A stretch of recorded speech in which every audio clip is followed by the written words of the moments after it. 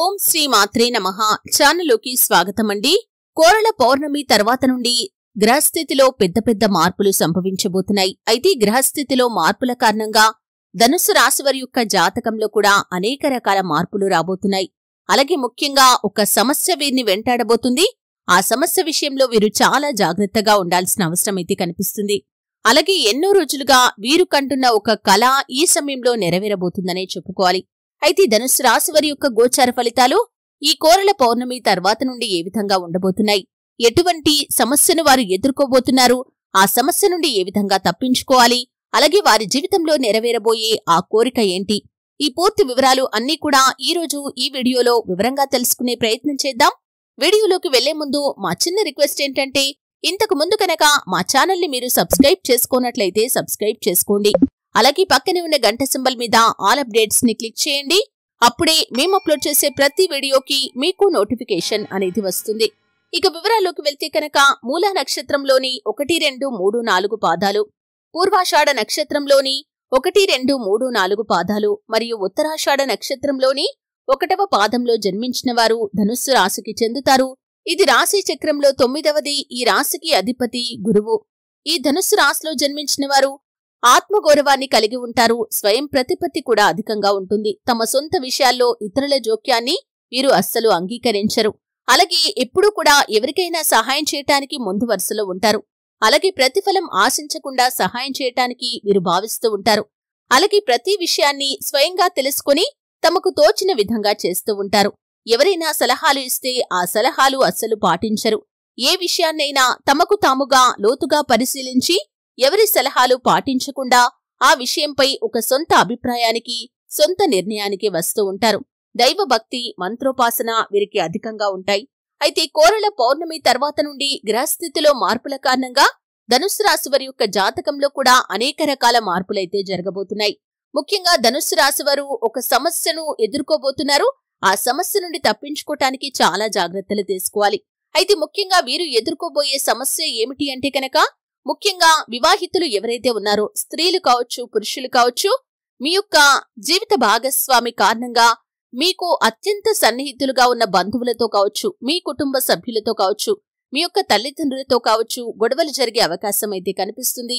మీ బంధాలు విచ్ఛిన్నమయ్యే ప్రమాదం అయితే కనిపిస్తుంది. అంటే కొన్ని విషయాల్లో మీ యొక్క జీవిత భాగస్వామికి వారితో కొన్ని మనస్పర్ధలు వస్తాయి. ఈ విధంగా వారికి సపోర్ట్ చేయాలో వీరికి సపోర్ట్ చేయాలో మీకు అర్థం కాక మీ యొక్క జీవిత భాగస్వామి యొక్క మాటను కాదనలేక మీ యొక్క సొంత వారితో అంటే కుటుంబ సభ్యులతో కావచ్చు, సన్నిహితులతో కావచ్చు, లేకపోతే మీ తల్లిదండ్రులతో కావచ్చు మీరు గొడవకు దిగుతారు. ఈ యొక్క గొడవ కాస్త పెద్దగా మారి మీ బంధాలు విచ్ఛిన్నమయ్యే ప్రమాదమైతే కనిపిస్తుంది. కాబట్టి ఈ విషయంలో మాత్రం ధనుస్సు రాశి జాతకులు అతి జాగ్రత్తగా ఉండాల్సిన అవసరం అయితే కనిపిస్తుంది. ఎందుకంటే గొడవ తీవ్రత పెరగకుండా మీరు జాగ్రత్త పడ్డట్లయితే ఈ సమస్య నుండి ఖచ్చితంగా బయటపడగలుగుతారు.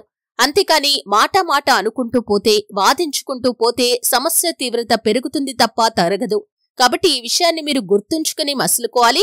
అలాగే బంధాలు విచ్ఛిన్నం కాకుండా కాపాడుకోవాలి. ముఖ్యంగా గొడవ జరిగే సమయంలో గొడవ తీవ్రత తగ్గించడానికి ప్రయత్నం చేయాలి. అంటే ఆ సమయంలో ఆ గొడవను అంతటితో ఆపటానికి ప్రయత్నం చేయండి.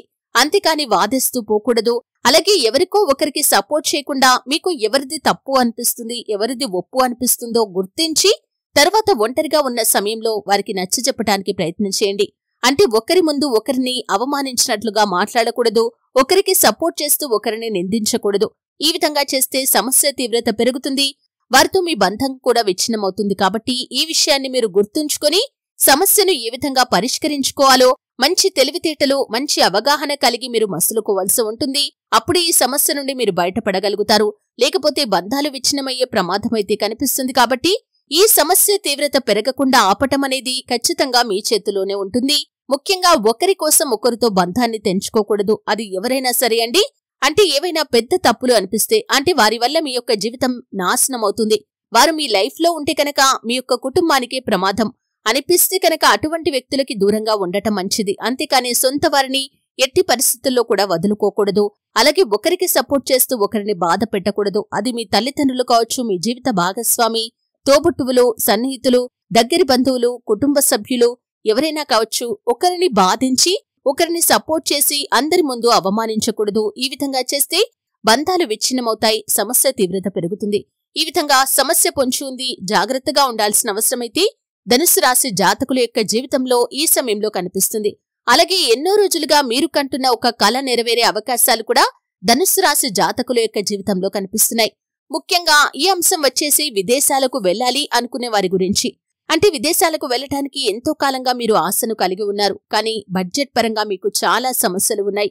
అంటే ఆర్థికంగా డబ్బు సమకూరటం కావచ్చు, వీసా పాస్పోర్ట్ కి సంబంధించిన ఇబ్బందులు, అక్కడ అవకాశాలు దొరకటం, ఇటువంటి సమస్యలన్నీ ఉన్నాయి. కానీ విదేశాలకు వెళ్లాలి అని మాత్రం మీరు గట్టిగా నిర్ణయించుకున్నారు. దానికి తగినటువంటి పరిస్థితులు మాత్రం మీకు రావటం లేదు.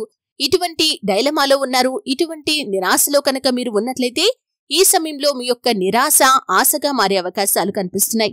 అవకాశాలు మీకు లభిస్తాయి. అలాగే అక్కడి నుంచి మీకు ఫ్రెండ్స్ యొక్క సపోర్ట్ లభిస్తుంది. మీ యొక్క సన్నిహితులు, బంధువులు అక్కడ ఎవరున్నా సరే వారి ద్వారా అవకాశాలు వస్తాయి. అలాగే మీరు ఓన్గా స్వయం కృషితో కూడా మంచి ఆఫర్ ని సొంతం చేసుకోగలుగుతారు. అలాగే డబ్బు కూడా సమకూరుతుంది. వీసా పాస్పోర్ట్ కి సంబంధించిన ఇబ్బందులు అన్ని కూడా తొలగిపోతాయి. కుటుంబ సభ్యుల నుండి, సన్నిహితుల నుండి, దగ్గరి బంధువుల నుండి, ఇలా చాలా మంది దగ్గర నుండి మీకు మద్దతు లభిస్తుంది. అలాగే కొంతమంది మీకు ఆర్థిక సహాయాన్ని కూడా చేస్తారు. అంటే ఎన్నో ఏళ్లుగా మీరు కన్న కలలను వారు అర్థం చేసుకొని మీకు సపోర్ట్ గా నిలుస్తారు. అంతకుముందు మిమ్మల్ని డిస్కరేజ్ చేసిన వారు కూడా ఈ సమయంలో మిమ్మల్ని ఎంకరేజ్ చేసే అవకాశాలు కనిపిస్తున్నాయి. ఈ విధంగా ఎన్నో రోజులుగా మీరు కంటున్న కలను ఈ సమయంలో నెరవేర్చుకునే అవకాశాలు ఎక్కువగా కనిపిస్తున్నాయి. అంతకుముందు ఎటువంటి ఇబ్బందులనైతే మీరు ఎదుర్కొన్నారో ఆ ఇబ్బందులన్నింటి నుండి కూడా ఈ యొక్క ధనుస్సు రాశి వారికి పరిష్కారం లభించబోతుంది. చక్కగా మీకు అంతరం నుండి మద్దతు లభిస్తుంది. కుటుంబ సభ్యుల సపోర్ట్ లభిస్తుంది.